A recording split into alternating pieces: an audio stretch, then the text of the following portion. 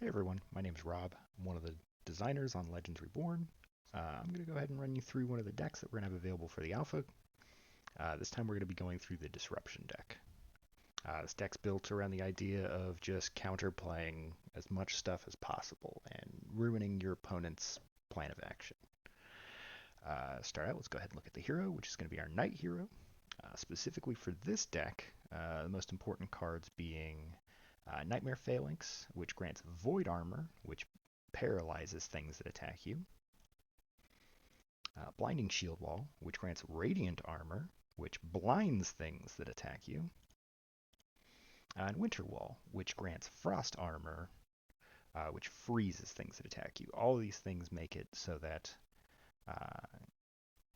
either they can't subsequently hit you again, or in the case of the Paralyze, it disables their passive abilities, which a lot of strategies are built around passive abilities. On that note, specifically, we'll go a little bit out of order here. We've got the Merfolk Deep Singer, whose passive is when a friendly creature below 65 hit points is attacked, it inflicts Confuse and Mindless on the attacker for 2 turns. Confuse just makes it so that they can't attack anything specifically. They just attack a random creature when they attack. And Mindless completely blocks cards from being played that directly target that creature. Kind of a double-edged sword because you personally can't, directly target them for things, but for the most part it stops the opponent from being able to do anything with it.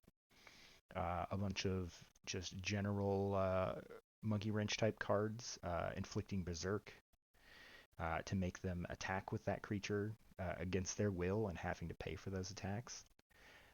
Cripple, making the cost of attacks greater.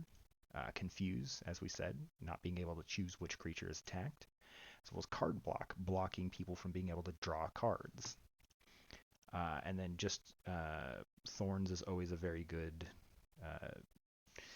dissuasion. It's damage reflection that gets put on a creature. Let's go into the first actual creature on here, Rattlebone Foot Soldier, whose passive ability generates Cripple, making attacks against you cost more. It also gives him a slight attack spike when it goes off.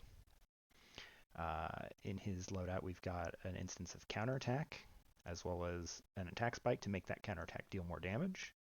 Adrenaline to make your attacks cheaper, so that you can deal out that cripple a little bit easier, as well as Flame Armor, and just a regular trigger attack. This one's actually an area attack.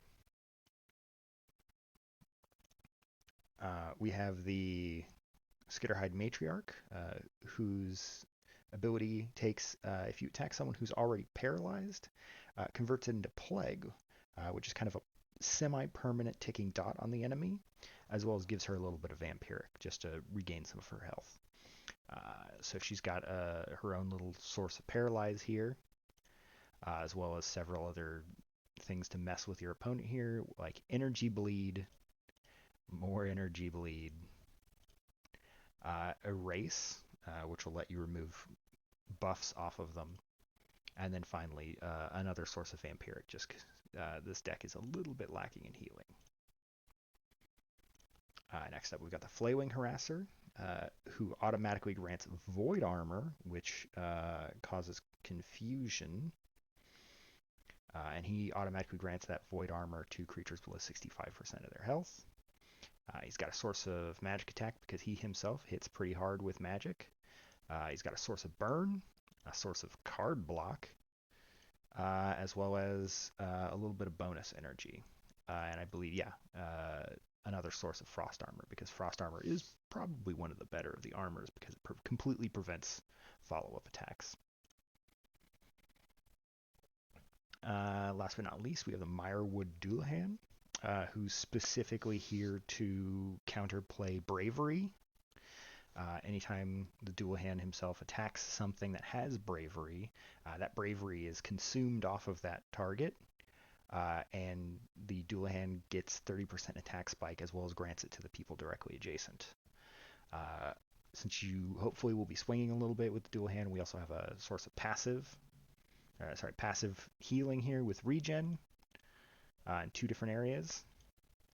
another instance of Void Armor, Cripple, because you want to keep their costs up, and then another trigger area attack. And that has been the Disruption deck. Thanks, guys.